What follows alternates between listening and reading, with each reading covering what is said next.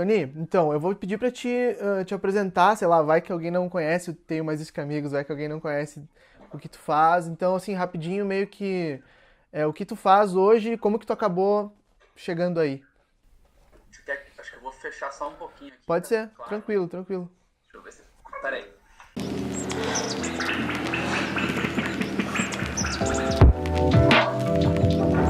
Vamos lá então.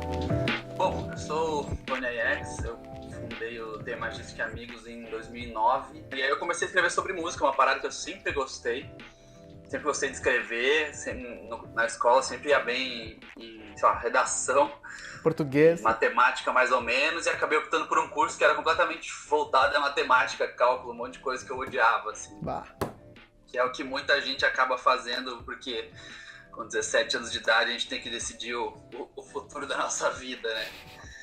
E aí em 2009 eu comecei a escrever de bobeira, assim, por hobby, mas sempre com o objetivo de levar muito a sério, né? E a primeira encarnação do Ter Mais Disso Que Amigos, primeira mesmo foi um blog dentro de um site, era um site chamado Bubblegum Attack, que era voltado a bubblegum, que é um estilo de punk rock grudento, por isso, né, Uhum. chiclete e tal.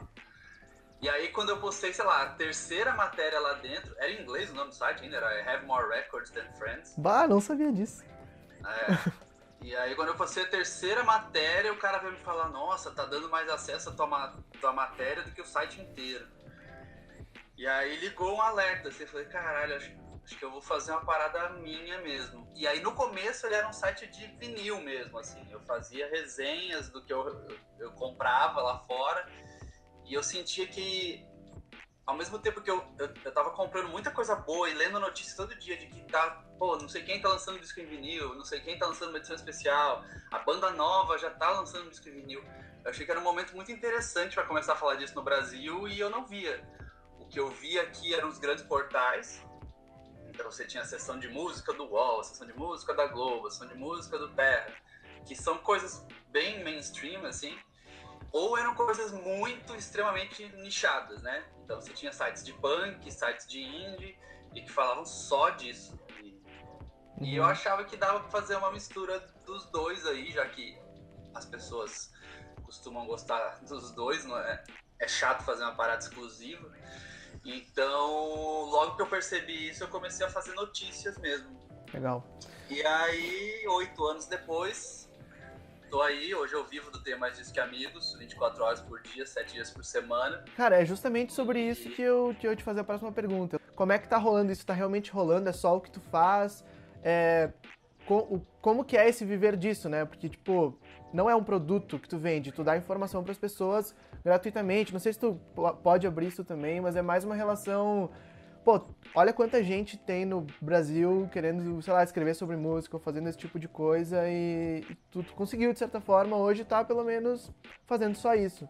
Então, se tu puder contar um pouco o que tu puder dizer sobre isso aí, como é que tá sendo. o grande lance é assim, eu passei 4 anos onde eu trabalhava das 8 às 6, normal, no emprego, e ainda fazia uma segunda faculdade de noite. E aí o meu tempo livre era ter mais disso que amigos. Mas como eu percebi que era a parada que eu mais gostava de fazer, eu ficava fazendo até, sei lá, 2, 3 da manhã. Então eu ia dormir 2, 3 da manhã e acordava 6, 6 e meia para trabalhar. Então foi um período bem difícil, assim, porque eu dormia 4 horas por noite, sei Mas lá. era um objetivo de uma hora vai rolar ou era tipo, cara, bah, não consigo não fazer essa parada, assim. É os dois, cara, é os dois. Eu não conseguia parar de fazer, era uma parada que eu gostava muito mesmo, era a única coisa que durante o meu dia, durante a minha semana, eu fazia com prazer, com vontade. E além disso, eu sempre tinha na cabeça, cara, eu vou viver disso, eu vou viver disso, eu vou viver disso. E aí, claro, eu comecei a traçar algumas estratégias, assim, já tinha o nome, o lance do nome era um bom cartão de visitas, né? Todo mundo quando via o nome dava uma risadinha, tipo, ah, que massa. Uhum. Então já tinha um começo legal. E aí eu comecei a prezar pelo conteúdo, assim, sempre escrever direitinho, fonte confiável, revisar 5 vezes a mesma matéria. E eu também comecei a fazer umas paradas assim, pode parecer bizarro hoje, mas quando eu comecei, o Facebook não era nada, o Facebook não existia. Tava lá o Facebook, mas ninguém usava, então a grande mídia social da época era o Twitter. Então eu comecei a fazer, e eu comecei literalmente do zero, assim, eu tinha 0 seguidores no Twitter, no Instagram também, acho que nem existia, enfim, tinha ninguém no Facebook, e aí eu comecei a fazer a parada do nada, então eu falei, bom, como é que eu vou conseguir seguidores? Aí eu comecei a fazer ações, tipo promoção, eu importava uma caixa do Metallica com 4 discos de vinil e fazia promoção, e o cara tinha que me seguir no Twitter e retweetar e divulgar, blá blá blá. Depois eu vi um monte de ações que faziam indo divulgar o nome da marca. E aí a parada foi crescendo assim ao ponto que eu cheguei em 2012, foram 4 anos, 2009, 2010, 2011, final de 2012. Eu falei, cara, eu preciso saber se isso vai dar certo ou não, mas eu não posso ficar mais nessa de dormir 3 horas por noite fazendo meu tempo livre. Então eu larguei tudo que eu tinha, tinha um emprego bom, mas tudo que eu tinha era um carro, vendi esse carro, eu recebi o dinheiro numa caixa de sapato na frente do cartório onde eu passei o carro para outra pessoa. E ali eu comecei a me dedicar full time pro site, e aí eu comecei a ir atrás de agências que vendessem mídia pro site, etc e tal. E dali pra frente tudo começou a dar certo. E respondendo a tua pergunta mais especificamente, hoje o dinheiro é publicidade, né? Uhum. Como se fosse um jornal, um canal de TV, a gente tem notícias. Tanto que, assim, eu não cobro pra falar de bandas, eu não tenho pacotes pra escrever sobre bandas, nada. Tudo que a gente escreve no site é porque a gente acha que é legal e que tem a ver com a nossa linha editorial, mas a gente vende banners, vende troca de background, vende... E enfim, tu tem uma equipe? Ou é tipo tu só hoje? Eu tenho colaboradores que escrevem com a gente, eu faço, sei lá, 70% do trabalho todo, e aí os outros 30% estão divididos em uma equipe que gira mais ou menos em torno de 10 colaboradores, mas é uma equipe, ela não é fixa, eles não têm horário do dia para postar, nada, é colaboração mesmo. Sim. E é muito legal porque esse pessoal todo tá, sei lá, ou tá se formando, ou tá cursando cursos afim, e vários deles já foram para lugares bem legais, estão trabalhando hoje, muito por causa do tema mais disso. Legal. Antes de fazer a pergunta, eu queria primeiro explicar uma história, assim, que é muito massa porque eu toco na banda Catavento, né? Não sei se tu tá ligado. E aí, a gente sempre procurou muito, antes de lançar o primeiro disco, sei lá, selos pra nos lançar e tal, e a gente não conseguia, a gente criou o Honey Bomb Records. E aí deu alguma coisa, não sei o que aconteceu, que a gente começou, tá, velho, vamos mandar pra esses blogs aqui, né? Vamos ver o que era. Na época era uma coisa que não, parecia que não tinha isso, sei lá, sabe? Foi uma ideia que surgiu, tipo, nossa, e se a gente mandar? E a gente mandou. E tem mais isso que amigos foi, acho que foi até a Angélica, essa eu não sei o nome dela. Ela nos respondeu assim, curti demais, vai sair a matéria. Cara, eu saí correndo por esse quarto, assim, ó, tipo, sabe? Tipo, aconteceu, resolveu, estamos lá, sabe? Tipo, eu achei que tinha chegado lá, assim, tal. Então é uma parada muito... E aí eu queria levar a próxima pergunta, assim, que pode ser até uma pergunta um pouco estranha, porque tu é um cara de blog, mas eu tenho a sensação de que hoje em dia assessoria de imprensa é uma parada muito cara. Tipo, é uma das coisas mais caras junto com o vídeo que uma banda pode ter pra, sei lá, pra gastar, assim.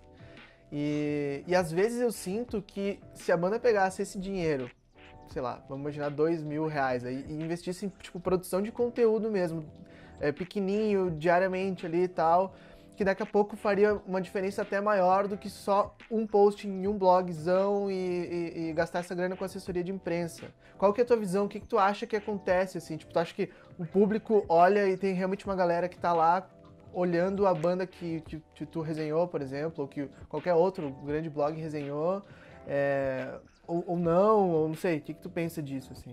Dessa mudança ao longo do tempo, porque eu acho que é uma coisa um pouco nova também. Acho assessoria fundamental.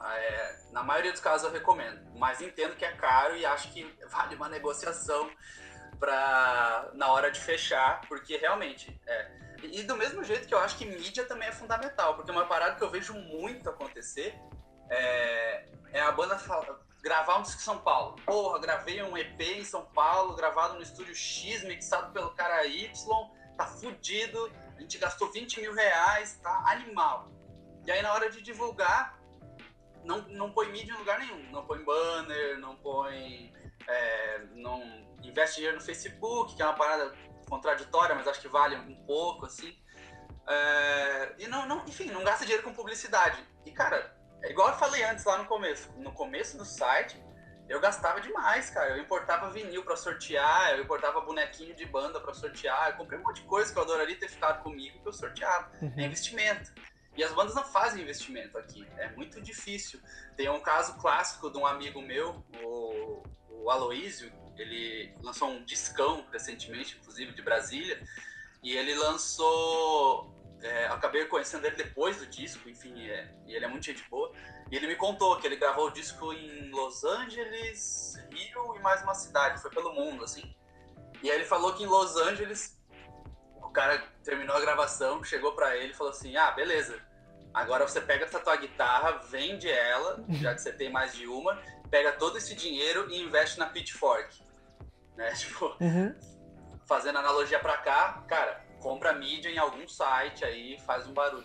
Tem que investir em publicidade, não adianta. Então você tem que ter as duas frentes, assessoria para gerar buzz e publicidade, porque o cara entra lá no post do Foo Fighters e vai ver teu nome lá em cima. O cara entra no post do Queens of the Stone Age e vai ver que teu nome tá lá em cima. De repente ele nem ouve naquela hora. 2 meses depois a assessoria vai mandar e-mail para alguém que vai postar uma matéria e fala, pô, de novo, tô vindo dessa banda, vou ouvir. Então, assim, as pessoas que querem levar a banda a sério e tal, tem que levar como um negócio prazeroso, pô, você tá fazendo música, mas é fundamental. Eu queria fazer uma pergunta que é, assim, eu tô fazendo essas entrevistas com um monte de galera, de vários tamanhos, de vários locais também, mas como é que tu vê a música independente brasileira hoje em dia, aqui no Brasil, assim? Porque tem muita gente dizendo, meu Deus, nunca esteve tão bom, tem isso, e tem muita gente dizendo, caralho, o que eu faço? Eu não tô conseguindo, não consigo viver disso, não consigo, sabe?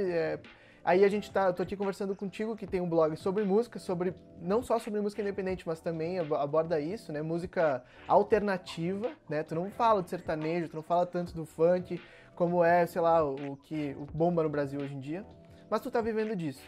E então, como é que tu vê a música independente, o cenário que a gente tá vivendo aqui no Brasil hoje em dia, comparado a quando começou, por exemplo, sei lá? Eu já tô há 8 anos e a diferença é clara, assim, é perceptível. A gente vive o melhor momento nos últimos, sei lá, acho que nos últimos 15 anos, talvez. Eu comecei há 8, mas antes eu já acompanhava muita coisa, lia, não escrevia a respeito. Assim, sem dúvida nenhuma, o independente brasileiro, e não é rock, né? A gente não tá falando só de rock, a gente tá falando de rock também. Então, o rock brasileiro, mas a música popular brasileira e tudo que permeia o underground, o hip hop brasileiro, tá vivendo uma das maiores fases, desde que eu me entendo por gente, assim. E as pessoas que falam, pô, eu não tô conseguindo, eu não tô indo atrás, eu não tô vivendo disso e tal, acho que volta um pouco do que eu tava falando antes ali, que é a necessidade de que tudo seja muito rápido, né? Então, assim, essas bandas que estão acontecendo agora, que estão explodindo, que estão fazendo barulho, você vai ter um pouco de tudo, na real, né? Você vai ter banda que começou agora, lançou o primeiro disco esse ano, já tá estourando. Você vai ter banda que tá há 5, 6 anos na estrada trabalhando e agora tá colhendo os frutos, que é a maioria dos casos. E eu acho que essa união, assim, tá rolando uma união muito interessante, assim. Eu tive alguns dias no Festival Radioca em Salvador, cobrindo lá, e aí rolou... Primeiro que foi muito legal, porque o line-up foi doideira total, assim, de mistura, e o povo comprou a ideia. E a gente fez um festival Tenho Mais Discos em abril, em Brasília, e também teve essa premissa, a gente misturou tudo. Então teve Baiana System e Francisco Alombre, ao mesmo tempo que teve Super Combo e Scalene, tá ligado? Então a gente sempre quis fazer isso. E no Radioca em Salvador, depois que o Far From Alaska tocou, fez um showzão pesado, pressão, o show dessa turnê tá muito bom. Aí foi todo mundo pro backstage, eu fui lá também conversar com eles e tal, e aí chegou o Russo Passapusso do Baiana System.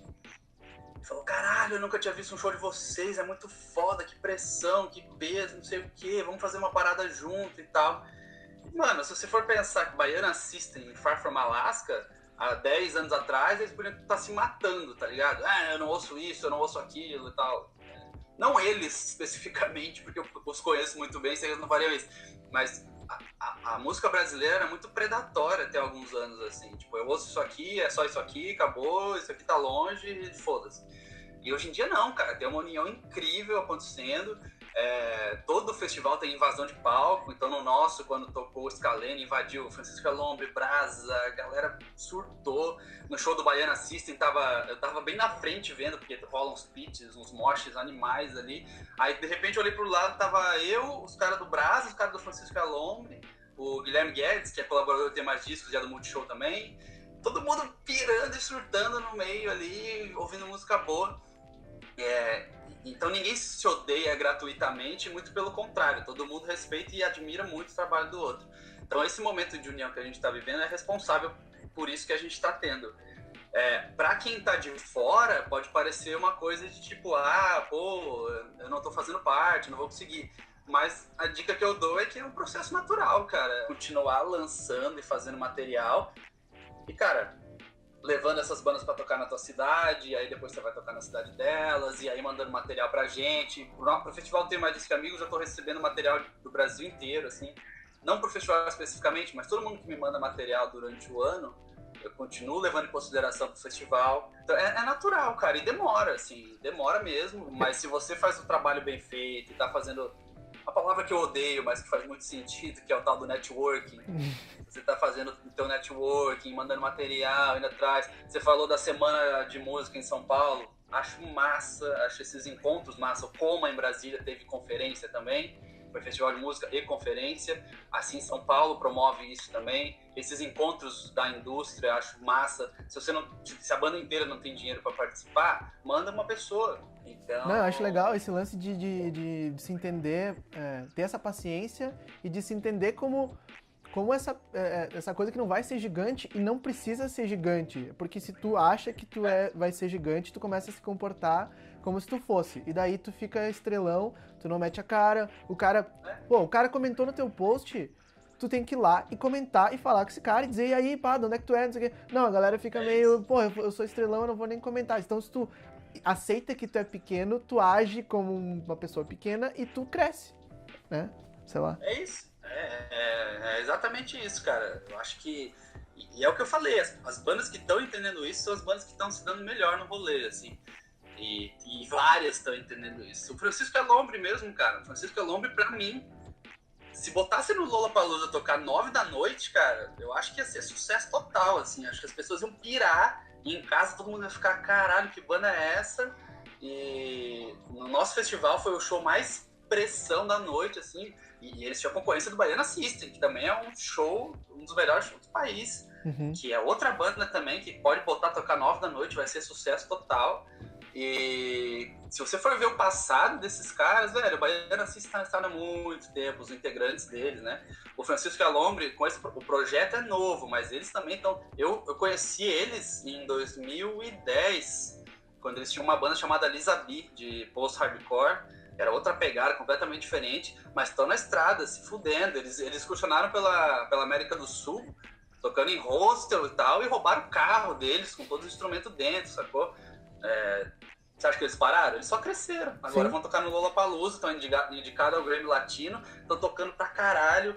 Tony, é isso aí. Eu acho que conversamos tudo que tinha que conversar. Te agradeço muito aí pelo tempo. Desculpa a confusão do início. Não, tranquilo, cara. É que normalmente eu coloco um lembrete pra despertar. Sim, não esqueça. Eu pensei, bom, como é no Skype, ele vai me chamar. E aí ele chamou, aí hoje o cara veio consertar uns vidros aqui que quebrou no temporal, e foi uma loucura de manhã. Caralho, mas é isso aí, meu. Obrigado. A gente... Assim, provavelmente a gente se vê assim em São Paulo também de novo esse ano. Trocamos essa ideia. Eu vou ir, 99%. Conversamos mais, eu também. Valeu. Falou então, meu. É nóis, tchau. Abraço.